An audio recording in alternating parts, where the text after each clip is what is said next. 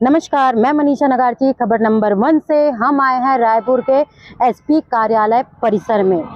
यहाँ एसपी साहब को ज्ञापन देने कांग्रेस युवा मोर्चा के कुछ सदस्य आए हुए हैं। उनका मकसद है छत्तीसगढ़ में लगातार बढ़ रहे अपराध के विरोध में एसपी साहब को ज्ञापन दिए हैं।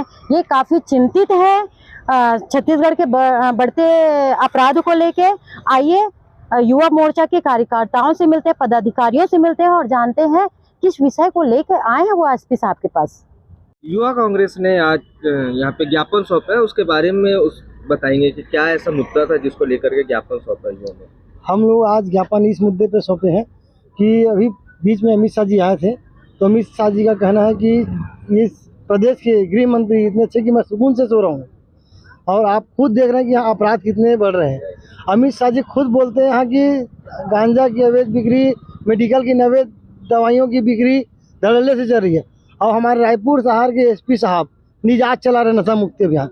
इसमें सच कौन बोल रहा है, इस जानने के लिए अपन ज्ञापन दिए। दूसरी चीज़, हमारे यहाँ छत्तीसगढ़ और रायपुर शहर में खासकर अपराध इतना तेज़ी से बढ़ रहे हैं जिसमें कोई समाधान नहीं और कोई पुलिस प्रशासन का एक्शन नहीं है, और पीड़ितों को प्रशासन या थाने में मदद नहीं मिलती है, FIR नहीं करते हैं। तो पुलिस प्रशासन को जगाने के लिए आज हम यहाँ एसपी ऑफिस को ज्ञापन दिए हैं, उनको अल्टीमेटम दिए हैं। अगर आप 15 दिन में कार्रवाई नहीं करेंगे तो हम यहाँ पे धरने पे बैठेंगे, और धरने में बैठेंगे तो निश्चितकालीन धरने बैठेंगे। अगर आप कार्रवाई उचित नहीं करेंगे तो आपके ऊपर गृह मंत्री के यहाँ जाके हम चादर लेके सो जाएंगे। इस मुद्दे पे लेके आज हमने ज्ञापन दिया है। गृह मंत्री के यहाँ तो SI भर्ती वाले भी कई दिन से चादर लेकर के आ रहे हैं, तो क्या उनको कोई फर्क पड़ेगा? फर्क अभी तक इसलिए नहीं पड़ा है क्योंकि वो गृह मंत्री है और पुलिस प्रशासन के लोग उससे नीचे धरने में बैठे। जब युवा लोग आक्रोश में आके जब धरने पे बैठेंगे तो युवा के सामने शासन प्रशासन सब हिला हुआ है और हिला के हम रखेंगे। आपका परिचय दो। मनहरन वर्मा, यूथ कांग्रेस प्रदेश सचिव छत्तीसगढ़। युवा कांग्रेस बार बार एक आवाज उठा रही है, गृह मंत्री इस्तीफा दो। आज आप लोगों ने ज्ञापन सौंपा है, उसके बारे में बताइए। हम लोगों ने ज्ञापन इसलिए सौंपा है कि जो आज हमारे एसपी साहब है वो गहरी नींद में सोए हुए हैं।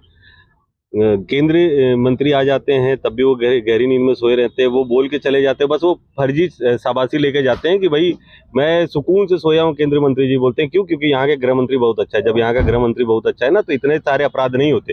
तो आज हम एसपी साहब को जगाने आए थे अलार्म घड़ी लेके और पुंगी बजाते हुए कि भैया आप जाग जाओ, आप सोए हुए हैं, और अगर आप नहीं जाग पाओगे ना तो हम आपके ऑफिस के सामने आके सो जाएंगे और आपको जगाने का काम करेंगे यूथ कांग्रेस।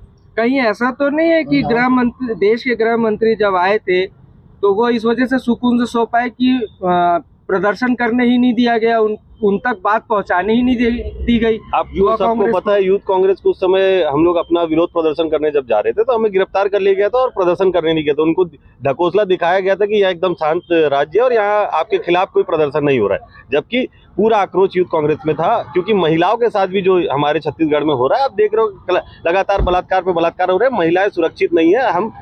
हमारे घर की महिलाएं बाहर जा रही तो हमको सोचना पड़ता है कि भाई हमारे राज्य छत्तीसगढ़ जो इतना शांतिप्रिय राज्य है, आज उसकी स्थिति ऐसी हो कि यूपी बिहार जैसा राज्य हो गया कि आदमी घर से बाहर निकल रहा था 2 बार सोचना पड़ रहा है, 10 बार उसको ये सोचना पड़ रहा है कि भाई मेरी घर की बहन जा रही, मेरे घर की बीवी जा रही, मेरी बेटी जा रही, फोन लगाना पड़ रहा है, भाई कहाँ हो, अभी तक पहुंचे क्यों नहीं, 6 बज गए। लेकिन पहले जब राज्य छत्तीसगढ़ राज्य में जब भूपेश बघेल की सरकार थी तो रात के 12-12 बजे तक, 1-1 बजे तक हमारी बहनें सुरक्षित रहती थी।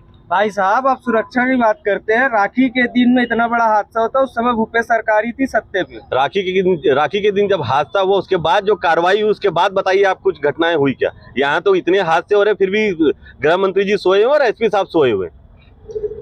यहाँ मॉब लिंचिंग का पहला मामला आया था, उस पर यूथ कांग्रेस और आगे कुछ एक्शन लेगी? यूथ कांग्रेस ने हमेशा एक्शन लिया, और जब भी युवाओं पे और गलत चीजों पे जब भी सरकार जाएगी और किसी के साथ भी गलत होगा तो यूथ कांग्रेस प्रखरता से आगे खड़ा होगा और आंदोलन करेगा और आखिरी तक लड़ाई लड़ने की कोशिश करेगा। युवाओं से जुड़ा एक मामला और आया था बीच में, जहां एक पार्टी चल रही थी, बाकायदा परमिशन के साथ पार्टी चल रही थी, वहां बजरंग दल जबरदस्ती घुस करके पुलिस वालों को धमकाते नजर आए थे। वो आपको ये मालूम है और सबको मालूम है। हमने एसपी साहब से यही चीज तो पूछने आज हम गए थे एसपी साहब से कि भाई हम एक शांतिपूर्वक प्रदर्शन करते हैं, कांग्रेसी प्रदर्शन करते हैं, आप लाठी चलाते हो, डंडा चलाते हो, और वो जाके पुलिस वालों को धमकाते हैं कि आप हाथ लगा के देखिएगा। क्यों? क्योंकि बीजेपी के लोग हैं, आप सुकून से सोए। गृह मंत्री जी ने कहा है कि नहीं, हाथ मत लगाना बीजेपी के लोगों को, वो बीजेपी के लोग हैं। जितनी भी अति करे, जितना भी आपको गाली बके, जितना भी कुछ करे, नहीं, उनके सामने आप मौन रहना, आप हाथ जोड़ के खड़े रहना। क्यों?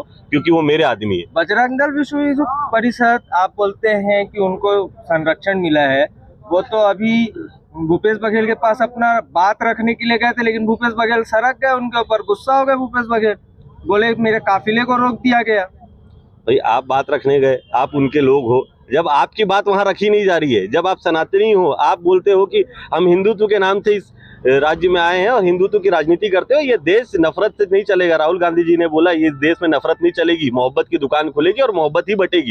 ये आपने पिछले चुनाव में देख चुका है, आप लोकसभा चुनाव में। और यहाँ भी जब आप नफरत फैलाने की कोशिश कर रहे हैं, आपके ही लोग आपके खिलाफ खड़े हो रहे हैं कि भाई आप नफरत मत फैलाओ। डीजे बंद करवा दिया आपने, इतना बड़ा त्योहार, गणेश जी का त्योहार रहा, आपने डीजे बंद करा दिया। क्या साबित करना चाह रहे हो आप?